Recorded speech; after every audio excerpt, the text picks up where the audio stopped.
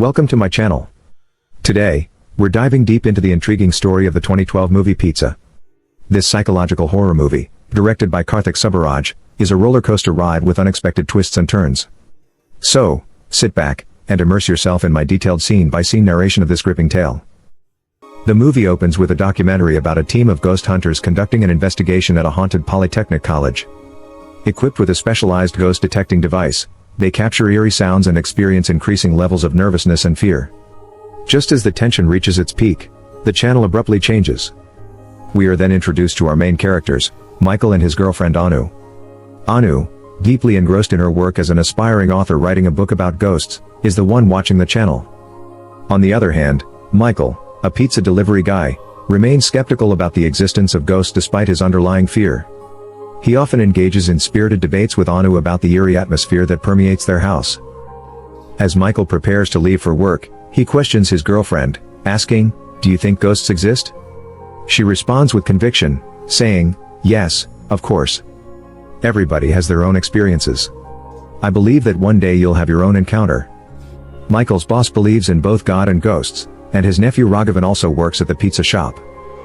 One day, an elderly man with a long beard and abundant hair visits the shop and engages in a conversation with Michael's boss. Michelle and Raghavan, who observe the interaction, speculate that the bearded man might be someone highly respected by their boss due to the level of deference he receives. The next morning, Michael finds himself arguing with his girlfriend about his unprepared clothes. However, their conversation takes a turn when he learns that his girlfriend, Anu, is pregnant. They engage in heartfelt discussions about the future and what steps to take regarding the baby. Seeking advice, Michael also confides in a friend from work, discussing the situation and seeking guidance. During their conversation, they share lighthearted comments and even find moments of laughter, despite the seriousness of the situation. Eventually, both Michael and Anu come to a decision. They choose to get married, embracing the new chapter in their lives. The following night, the boss asks Michael, "I heard you got married, but why didn't you invite us?" He then requests Michael to deliver a file to his house, emphasizing the urgency of the matter. Acting promptly, Michael heads to the boss's residence. Upon reaching the house, he hears a sudden, eerie knocking from inside. Startled, he witnesses two individuals grabbing a young girl and forcefully taking her into a nearby room. Sensing the urgency of the situation, Michael becomes even more determined to find what's happening. As he knocks on the door, the boss's wife opens it and exclaims, "Send my husband here immediately." When the boss arrives at his house, Michael learns that his boss believes his daughter is possessed by a ghost.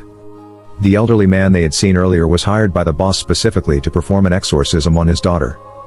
Michael finds himself present during the exorcism, and at one point, the boss's daughter gives him a menacing and terrifying look, causing Michael to become deeply frightened.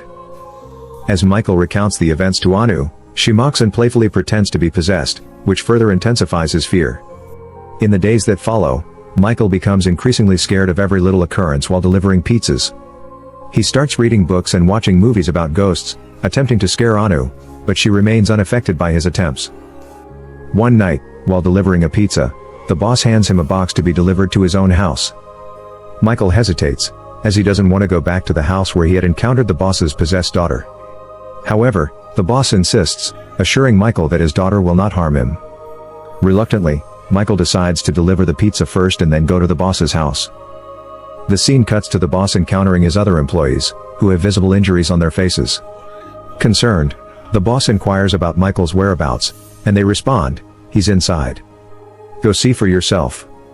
When the boss asks what happened to Michael, Michael repeats the word Anu. "My Anu," before starting to explain what occurred when Michael delivered the pizza to the house. The setting is a grand villa. When Michael knocks on the door, Smita, owner of the house, wrapped in a bathrobe, answers and mocks him for being late. She then invites him inside to collect the payment. As he waits, the power suddenly goes out, plunging the villa into darkness. In an effort to find a light source, she retrieves a torch and uses it to light a candle in the hallway. She proceeds to ascend the stairs to retrieve the money. After waiting for an extended period, Michael grows impatient and shouts, "Madam." However, instead of a response, he hears a noise emanating from the first floor. Curiosity getting the better of him, he decides to investigate. Armed with the candle, he navigates through the pitch-black surroundings in search of her. To his astonishment, he discovers a half-eaten pizza and the still illuminated torch. As he scans the area with his light, he catches sight of the girl, suspended against the wall with a knife protruding from her stomach. Overwhelmed with fear, Michael attempts to escape the house, only to realize that every door is locked. Additionally, when Michael tries to make a phone call from his phone, he realizes that outgoing calls are not possible. When he attempts to use the landline, he discovers that the wires have been cut. Furthermore, when the murdered woman's husband, Bobby, arrives, he initially believes he has stumbled upon his wife having an affair. However, when he calls his wife, Michael answers the phone and explains the situation to Bobby, prompting him to assist Michael in escaping the house. Bobby instructs Michael to retrieve a key from a drawer in the bedroom where he found his wife. While searching for the key, Michael discovers a gun, but he decides to bring the key to the door instead. Surprisingly, Bobby suddenly vanishes from the front entrance. Moments later, Michael hears music emanating from the bedroom. As he investigates further, he realizes that 2 slices of pizza are missing. The sound is coming from the bedroom, where he discovers Bobby hanging from the door, mysteriously murdered in the same room as his wife. When he searched for the gun, he discovered that it was also missing. Michael believes someone is in the house, murdering people one by one. He follows a blood trail on the floor and discovers a box full of pizza. Suddenly, he receives a phone call on the landline, even though it isn't connected. To his surprise, it's his girlfriend Anu on the line, greeting him. He is confused as she should have called his cell phone. In a frightened tone, he tells Anu everything that has happened. He repeatedly urges her to call the police, and Anu agrees to do so, assuring him not to be scared. She hangs up to make the call, but the landline rings again. When Michael answers, it's Anu again, but she claims to have called the police station. Anu informs him that something is wrong with the villa, as every number she dials is somehow connected to this landline number. Michael reiterates his fear to Anu, who comforts him and promises to bring the police herself. Feeling terrified, Michael grabs a stick and begins smashing things in the house. Suddenly, he hears a noise coming from one of the rooms. As he enters, he is overwhelmed by the sound of numerous toys and senses a chilling atmosphere. He quickly flees the room, making his way downstairs. Just then, the phone rings once more. When he answers, it's his boss from the shop, inquiring about his whereabouts and complaining that a customer still hasn't received their pizza. However, when Michael tries to respond, his boss can't hear anything from him. The line goes silent, and Michael is left in a state of panic and confusion.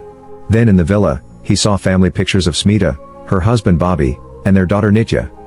He had a feeling that Bobby and Smita were beckoning him, but when he turned around, nobody was there. Then he noticed the girl in the picture doodling in a book. He approached her, but suddenly, he saw a scary face of Bobby shouting, and his wife was floating, trying to scare him. Now Michael was terrified, cowering in the corner. Just then, the police entered the villa. They turned on the lights, and in the sudden illumination, Michael tried to flee, but the police caught him and asked how he got in. He explained everything that had happened to him.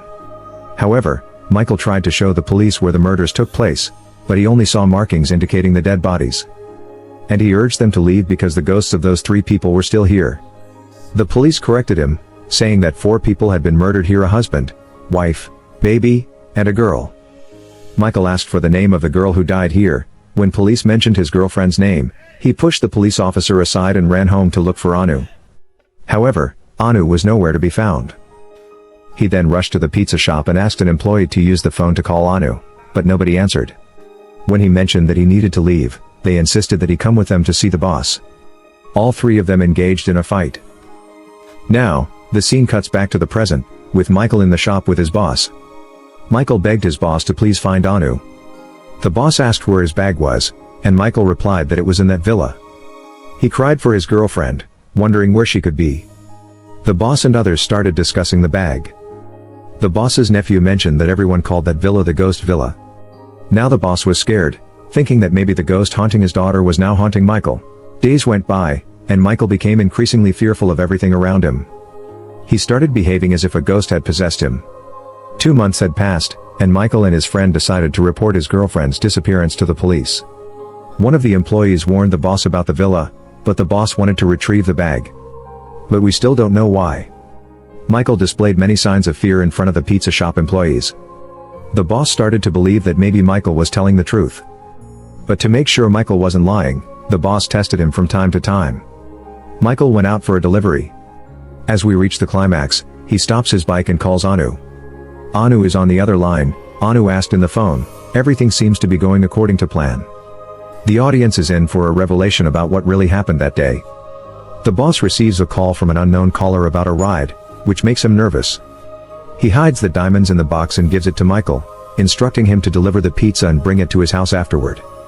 However, Michael gets into an accident while attempting the delivery and goes to his house to change his clothes. Anu discovers the diamonds in the box and decides to steal them. To deceive the boss, they devise a whole story about ghosts, as the boss is a believer in the supernatural. They plan to trick him with this story. Michael tells Anu he will come once everything is okay, and then proceeds to deliver the pizza.